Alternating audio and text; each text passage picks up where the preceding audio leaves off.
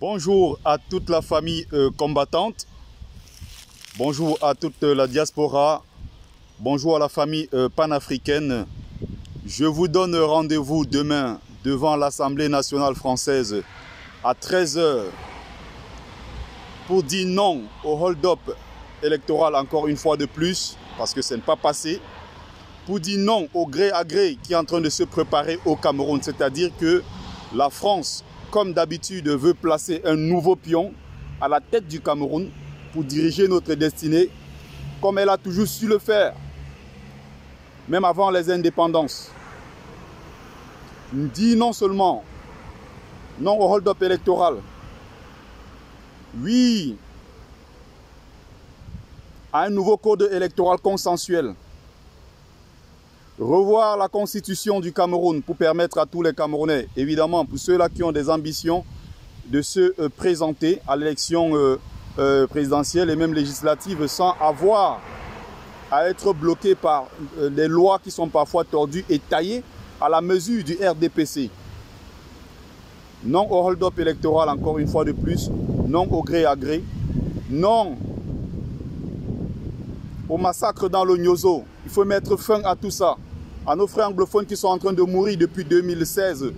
On est pratiquement à 15 000 morts. Le Cameroun est en train de perdre ses enfants. Le sang est en train de couler dans ce pays. Et c'est de trop, il faut qu'on arrête. Il y a énormément de journalistes qui sont emprisonnés. Les prisonniers politiques au Cameroun sont nombreux. Ils doivent être libérés. C'est la raison pour laquelle nous nous rendons demain devant l'Assemblée nationale française à 13 h précises pour dire à ces oligarques français, il ne s'agit pas ici du peuple français lambda, il ne s'agit pas du français lambda qui se lève à 5 h pour aller bosser et qui paie ses impôts. Il s'agit ici de ceux-là qui spolient le sol du continent africain en utilisant bien sûr le nom de la France. C'est-à-dire que sur le dos de la France, sur le dos des pauvres citoyens français, ils commettent des exactions à l'étranger. Ils imposent des bases militaires comme c'est le cas en Côte d'Ivoire, à Djibouti, un peu partout, au Tchad. Et la même France a une monnaie sur le continent africain, pratiquement utilisée par pratiquement 14 pays africains, qui est appelée le franc CFA. Et cette monnaie de singe rapporte dans les caisses de la France chaque année pratiquement 500 milliards d'euros. C'est pour ça que les oligarques, cette oligarchie française peut se permettre de narguer d'autres pays européens, de narguer d'autres pays, simplement parce que derrière, ils se remplissent les poches à cause de ce franc CFA-là. Grâce à ce franc CFA, cette monnaie-là, c'est qu'ils ont, comment on appelle ça, c'est les bénéfices, les dividendes qu'ils ont suite à cette monnaie de singe qu'ils ont imposée en Afrique, peut permettre de réaliser tous les projets les plus fous, les plus pharaoniques. Simplement parce qu'il y a des caisses quelque part qu'on puise. On puise dans les caisses de l'Afrique. Le sous-sol africain, exploité par des multinationales françaises, occidentales même en général. Je pense à Areva qui exploite l'uranium au Niger, dans une ville que je connais bien, Agadez.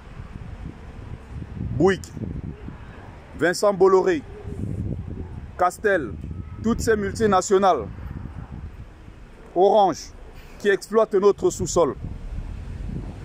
Désormais, nous voulons passer un message clair à la France. Nos parents se sont battus à l'époque avec les petits moyens qu'ils avaient. Vous devez comprendre que le rapport de force a complètement changé. Il y a une nouvelle génération africaine de plus en plus consciente et qui prend son destin en main. Les choses peut-être qu'on a acceptées hier, il y a une nouvelle génération qui dit non à ça. Donc nous n'allons plus accepter d'être exploités sous notre propre sol en Afrique, être humiliés par la France, par les États-Unis, par la Chine, par les pays arabo-musulmans. Je dis bien personne, il y a une nouvelle génération africaine qui a pris conscience. Et désormais, les choses ne seront plus jamais comme avant. Donc rendez-vous demain à 13 h devant l'Assemblée nationale française pour dire non à tout ce que je viens d'énumérer ici. C'était votre frère, Sikadi Bertrand, plus connu sur les réseaux sociaux sous le nom de Bertie le Kamit. Donc aussi Pour ceux qui me disaient qu'ils voulaient mon livre intitulé Folie et calvaire de migrants, qui retrace mon parcours de migrant clandestin du Cameroun jusqu'à Paris via le désert et la mer Méditerranée.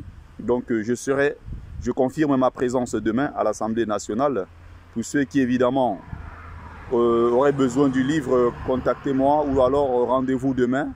Vous aurez vos exemplaires dédicacés.